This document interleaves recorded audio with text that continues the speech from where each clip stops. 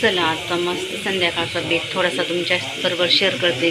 बघा नाईटच्या माणसाला पाणी ठेवलं पातेलं भरून गरम करायला आणि इकडं मस्त याची भाजी टाकली, वालाच्या शेंगा मस्त सुकी भाजी करते. पाणी न टाकता मला भाजी करायची वालाच्या शेंगाची.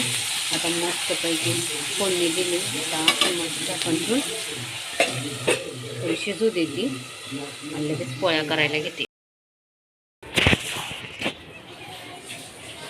बघा अशा प्रमाणे आता मस्त सर्व पोळ्या करून घेते.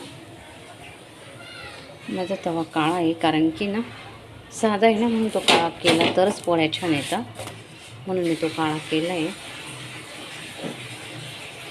आणि आता अशा सर्व पोळ्या मस्त भाजून घेते, करून घेते. आणि माझी संध्याकाळची छोटीशी रुटीन तुमच्याबरोबर शेअर केली. ती तुम्हाला कशी वाटली कमेंटमध्ये नक्की सांगा. आणि व्हिडिओ आवडल्यास लाईक आणि सबस्क्राईब करायला विसरू नका.